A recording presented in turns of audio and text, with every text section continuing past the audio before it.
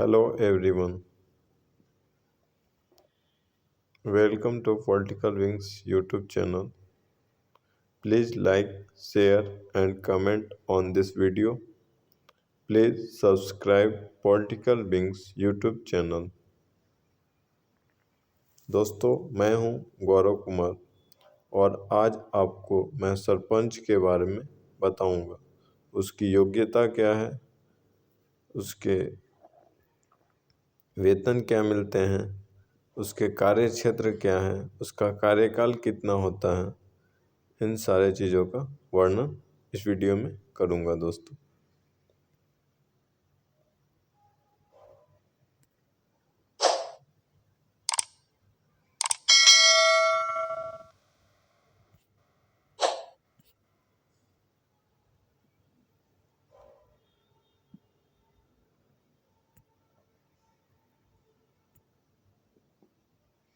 सरपंच की योग्यता, शक्तियाँ, कार्यों, वेतन एवं कार्यकाल, इन सारे चीज़ों का वर्णन इसमें आपको मिलेगा।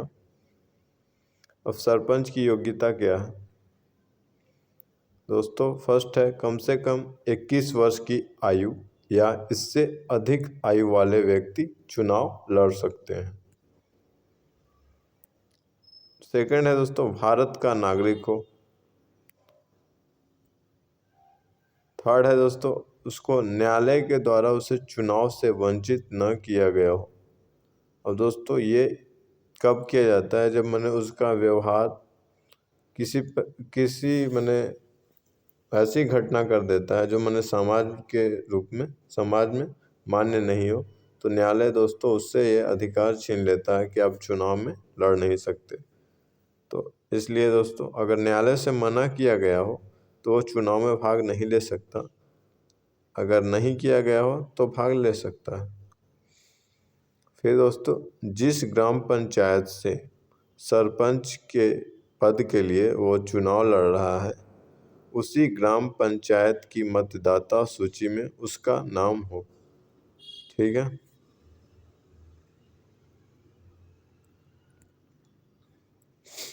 और दोस्तों ये यानी कि आप जिस ग्राम पंचायत में हो उसी ग्राम पंचायत से लड़ सकते हो और कोई दूसरा ग्राम पंचायत से जाके आप लड़ नहीं सकते हो।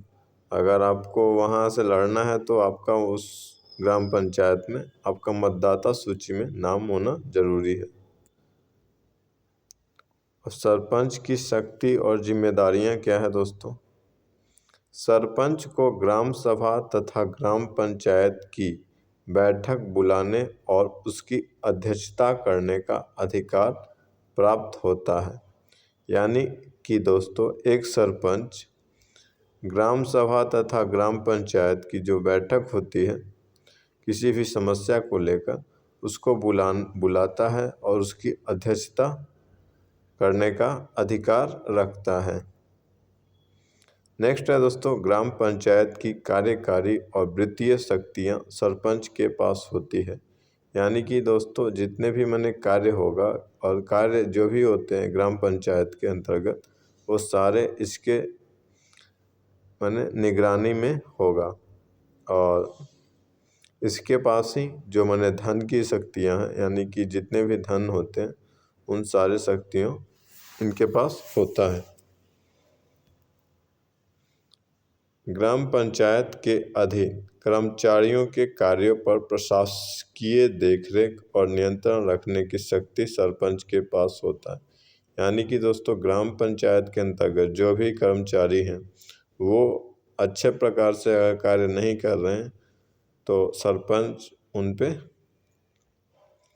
माने उनके खिलाफ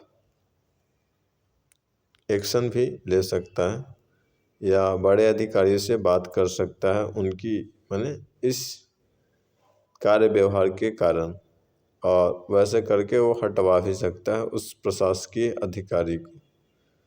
तो इस प्रकार से दोस्तों अपना मैंने अपने जो ग्राम पंचायत के कार्य है उसको मैंने बिना रुकावट के कार्य को संपादित करवाता है। और जो मैंने कर्मचारी उसके कार्य में बाधा पहुंचाते हैं उसे मैंने वो उसके खिलाफ शिकायत भी कर सकता है।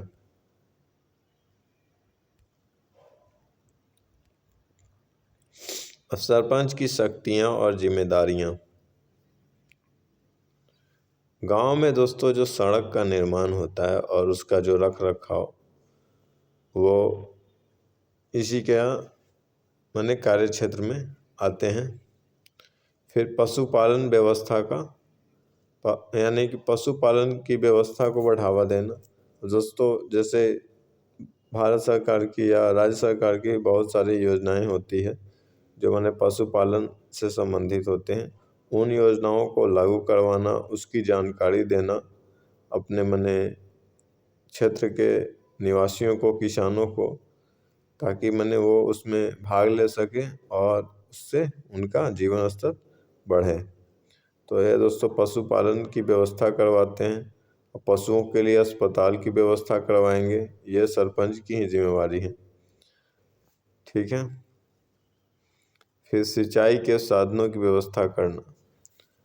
अब दोस्तों सिंचाई के लिए नहर की व्यवस्था करना, कुआं खुदवाना या नहर का जो सफाई करवाना, ये नहर और जो नालियाँ होती हैं दोस्तों, उन्हें कढ़ा जो बोलते हैं, उसकी सफाई करना, तो ये दोस्तों इसी के अंतर्गत आते हैं। सरपंच मैंने उस कार्य को करवाता है। अब दोस्तों इसको कैसे करवाता है? मनरेगा के अकॉर्डिंग करवाता है। उसी में कर्मचारी को जो मजदूर हैं उनको कार्य दिलवाता है और उनको मजदूरी देता है जो सरकार एक बार तय कर रखी है उसी रेट के अकॉर्डिंग, और इस प्रकार से वो कार्य करवाता है। अब पशु के लिए दोस्तों पशुपालन व्यवस्था को बढ़ावा देने के लिए अब लोन मुहैया करवाने में वो मददगार साबित होगा। आसानी से लोन प्रोवाइड करवाता है। और दोस्तों चारगाह जो होता है पशुओं के लिए, उसकी व्यवस्था करवाता है सरपंच। दाह संस्कार और कब्रिस्तान की रख रखाव करना। अब दोस्तों दाह संस्कार केंद्र बनाए जाते हैं जहाँ पे हिंदू लोग अपने रीति रिवाज से मृत व्यक्तियों की दाह संस्कार करते हैं। और कब्रिस्तान दोस्तों मुस्लिम लोग अपने जो शव होते हैं उनके, उसको दफनाने का कार्य करते हैं वहाँ पे। तो उसका ज़मीन उसके लिए लेना या उसकी व्यवस्था करना, फिर उसकी चार दीवारी का बाउंड्री दीवाना, ये सब सारा कार्य सरपंच का ही है।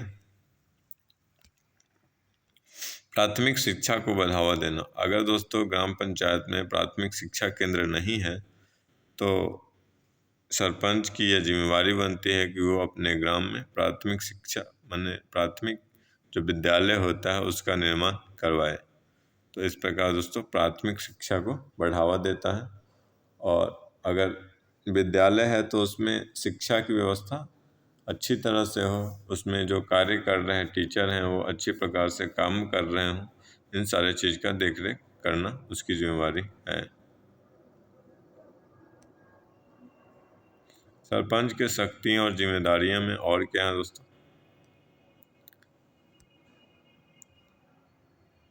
खेल के मैदान और खेल को बढ़ावा देना। अब ग्राम स्तर पे दोस्तों खेल का आयोजन करवाना और खेल जहाँ पे खेला जाता है उसके लिए मैदान तैयार करवाना, मैदान के लिए ज़मीन लेना, इन सारी चीज़ का व्यवस्था करना होता है सरपंच का कार्य। स्वच्छता अभियान को बढ़ावा देना। दोस्तों ग्राम में सड़क के किनारे सुंदर सुंदर फूलों के पौधे लगवाना और रोड का सफाई करना, गली का सफाई करवाना, फिर जो नालियाँ होती है उसका समय समय पर उसकी उड़ाही करवाना, इन सारी चीज़ का व्यवस्था सरपंच के अधीन ही आता है। अब गरीब बच्चों के लिए दोस्तों मुफ्त शिक्षा की व्यवस्था करना, यानी कि जो गरीब बच्चे हैं जो शिक्षा प्राप्त नहीं कर सकते उनके लिए प्राथमिक विद्यालय में या प्राइवेट विद्यालय है तो उसमें उस प्रकार से व्यवस्था करवाना ताकि वो गरीब बच्चे भी उसमें शिक्षा ग्रहण कर सके। यह सरपंच की जिम्मेवारियां हैं। सरपंच के वेतन क्या होता है दोस्तों? और दोस्तों बिहार में सरपंच को 2500 रुपया प्रति माह प्रदान किया जाता है और प्रत्येक बैठक में ग्राम सभा भत्ता के रूप में उसे 100 रुपये दिए जाते हैं।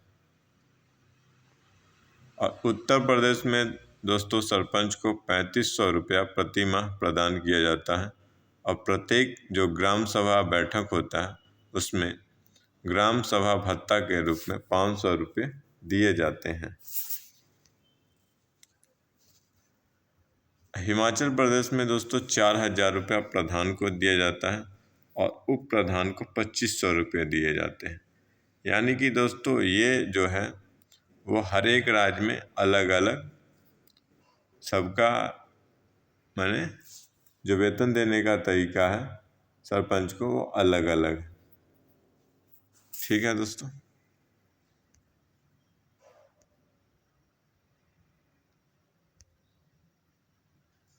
उनका कार्यकाल क्या है? सरपंच के कार्यकाल 5 वर्ष का होता है और सरपंच के कार्यकाल से पूर्व इसे हटाया भी जा सकता है।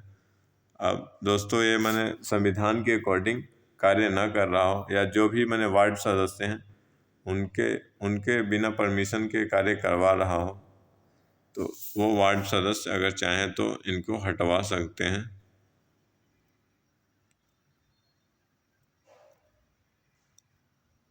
धन्यवाद दोस्तों। Thank you friends. दोस्तों वीडियो को लाइक करें, शेयर करें एवं कमेंट करें। पॉलिटिकल विंग्स यूट्यूब चैनल को सब्सक्राइब कर लें दोस्तों। और इसके वीडियो के लिए इसके जो PDF है दोस्तों उसके लिए टेलीग्राम चैनल पॉलिटिकल विंग्स से जुड़ें और जो लिंक है दोस्तों टेलीग्राम चैनल पॉलिटिकल विंग्स का वो है दोस्तों आपको दिया हुआ है यहाँ साइड में। इसको कॉपी करके दोस्तों आप वहाँ पे टेलीग्राम में जाके सर्च करोगे तो आ जाएगा दोस्तों और वहाँ से आपको PDF मिल जाएगी। इसके अलावा दोस्तों आप फेसबुक पे टीम पॉलिटिकल विंग से भी जुड़ सकते हैं जो एक ग्रुप है। थैंक यू दोस्तों।